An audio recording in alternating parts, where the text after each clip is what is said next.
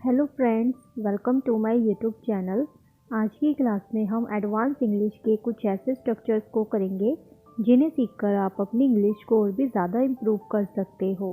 तो फ्रेंड्स, अक्सर आप अपनी डेली लाइफ में इस तरह के वाक्य बोलते हैं जैसे किसी भी कीमत पर मैं उससे बात करूँगा, या फिर किसी भी कीमत पर मैं वहाँ जाऊँगा, या फिर किसी भी कीमत पर तुम्हें पास होना है, या फिर किसी भी कीमत पर हम उसे नहीं बुलाएंगे। तो फ्रेंड्स, यहाँ पे आपने नोटिस किया होगा किसी भी कीमत पर हर वाक्य में बार बार रिपीट हो रहा है। तो इस तरह के वाक्य को इंग्लिश में कैसे बोला जाता है आज की क्लास में हम सीखेंगे। सबसे पहले हम जान लेते हैं किसी भी कीमत पर जो वर्ड है बार बार रिपीट हो रहा है, इसको हम इंग्लिश में क्या बोलते हैं। किसी भी कीमत पर, इसे आप इंग्लिश में बोलोगे at any cost. At any cost मतलब किसी भी कीमत पर, एट एनी कोस्ट। तो आइए इसी की सहायता से अब हम इस तरह के वाक्य को इंग्लिश में बनाना सीखते हैं। तो फ्रेंड्स, इस तरह के वाक्य को इंग्लिश में बनाने के लिए आप इस स्ट्रक्चर का यूज़ करोगे। सबसे पहले आप लिखोगे टेंस। टेंस के बाद आपको एट एनी कोस्ट लिखना है। पहले आपको टेंस बनाना है, मतलब पहले आपको जो वाक्य बनाना है वो टेंस के अकॉर्डिंग बनाना है, और उसके बाद आपको सबसे एंड में एट एनी कोस्ट लिखना है। तो आइए इसी स्ट्रक्चर का यूज़ करके अब हम इस तरह के वाक्य को इंग्लिश में ट्रांसलेट करना सीखते हैं। हमारा फर्स्ट सेंटेंस है, किसी भी कीमत पर मैं उससे बात करूँगा। किसी भी कीमत पर मैं उससे बात करूँगा। अब आप इसको इंग्लिश में कैसे बोलोगे? पहले आप लिखोगे टेंस। इसमें टेंस क्या है? मैं उससे बात करूँगा। टेंस क्या है इसमें? मैं उससे बात करूँगा। तो हम पहले लिखेंगे I will talk to her. मैं उससे बात करूँगा, इसको आप क्या कहोगे? I will talk to her. Her के बाद आ जाएगा एट एनी कोस्ट, मतलब किसी भी कीमत पर। ओके, पहले हमें टेंस लिखना है, उसके बाद हमें किसी भी कीमत पर सबसे एंड में लिखना है। ओके, तो टेंस क्या है इसमें? मैं उससे बात करूँगा। I will talk to her.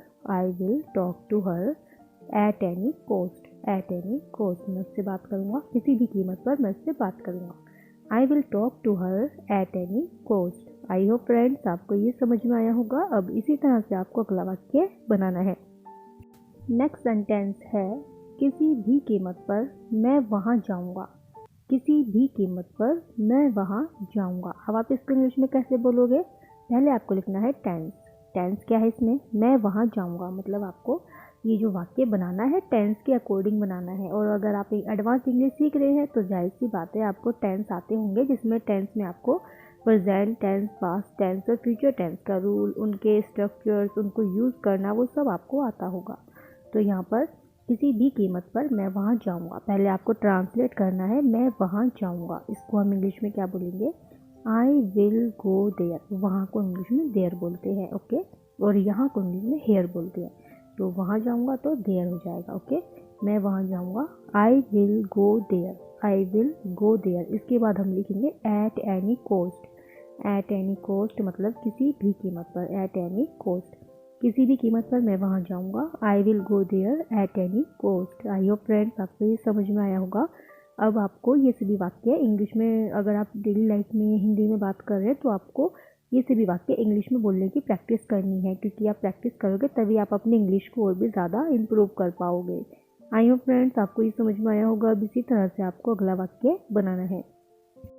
Next sentence है, किसी भी कीमत पर तुम्हें पास होना है। किसी भी कीमत पर तुम्हें पास होना है। अब आप इसको इंग्लिश में कैसे बोलोगे? पहले आप लिखोगे टेंस। टेंस क्या है इसमें? तुम्हें पास होना है, मतलब टेंस का यूज़ करके हम इसको बनाएंगे। तुम्हें पास होना है, इसे आप इंग्लिश में क्या बोलोगे? You have to pass. You have to pass. जिन वाक्यों के अंत में ना है, नी है, ने है आते हैं ना, उनको हम हैव टू का यूज़ करके बनाते हैं। ओके, तो यहाँ पर आप क्या लिखोगे? तुम्हें पास होना है, you have to pass. You have to pass किसी भी कीमत पर। इसको आप एंड में लिख दोगे eight any coast.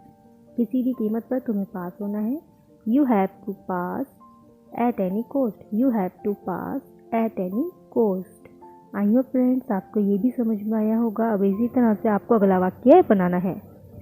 Next sentence है, किसी भी कीमत पर हम उसे नहीं बुलाएंगे। किसी भी कीमत पर हम उसे नहीं बुलाएंगे। अब आप इसको इंग्लिश में कैसे बोलोगे?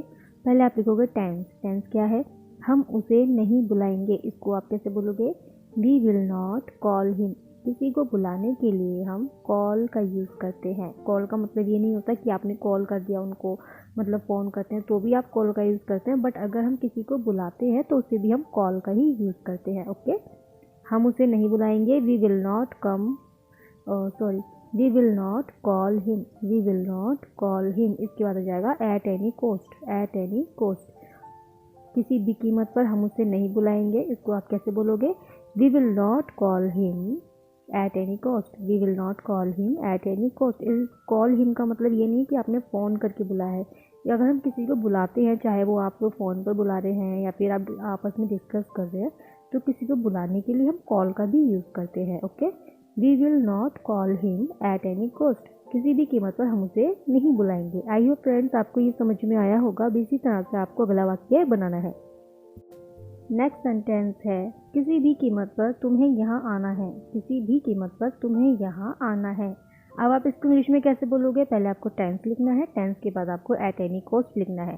टेंस क्या है इसमें? तुम्हें यहाँ आना है। और मैंने आपको भी बताया था, जिन वाक्य के अंत पे ना है, नी है, ने है आते हैं उन्हें हम हैव टू का यूज़ करके बनाते हैं। ओके, पहले सब्जेक्ट लिखते हैं, फिर हैव टू लिखते हैं, उसके बाद वर्ब की फर्स्ट फॉर्म लिखते हैं, देन ऑब्जेक्ट लिखते हैं। ओके, तो आपको ये वाक्य ट्रांसलेट करना है जैसे मैंने आपको समझा है। पहले आपको टेंस लिखना है, तुम्हें यहाँ आना है, पहले आपको इसको ट्रांसलेट करना है, और इसके बाद आपको किसी भी कीमत पर यानी एट एनी कॉस्ट आपको एंड में लिखना है। तो आई होप फ्रेंड्स आपको पूरी वीडियो समझ में आई होगी, और आप इसको इंग्लिश में ट्रांसलेट करके मुझे कमेंट करके बताइए कि आपने इंग्लिश में क्या बनाया है। क्योंकि आप कमेंट करोगे तभी मुझे चेक करना है, तभी मुझे पता चलेगा आपने सही बनाया है या फिर नहीं बनाया।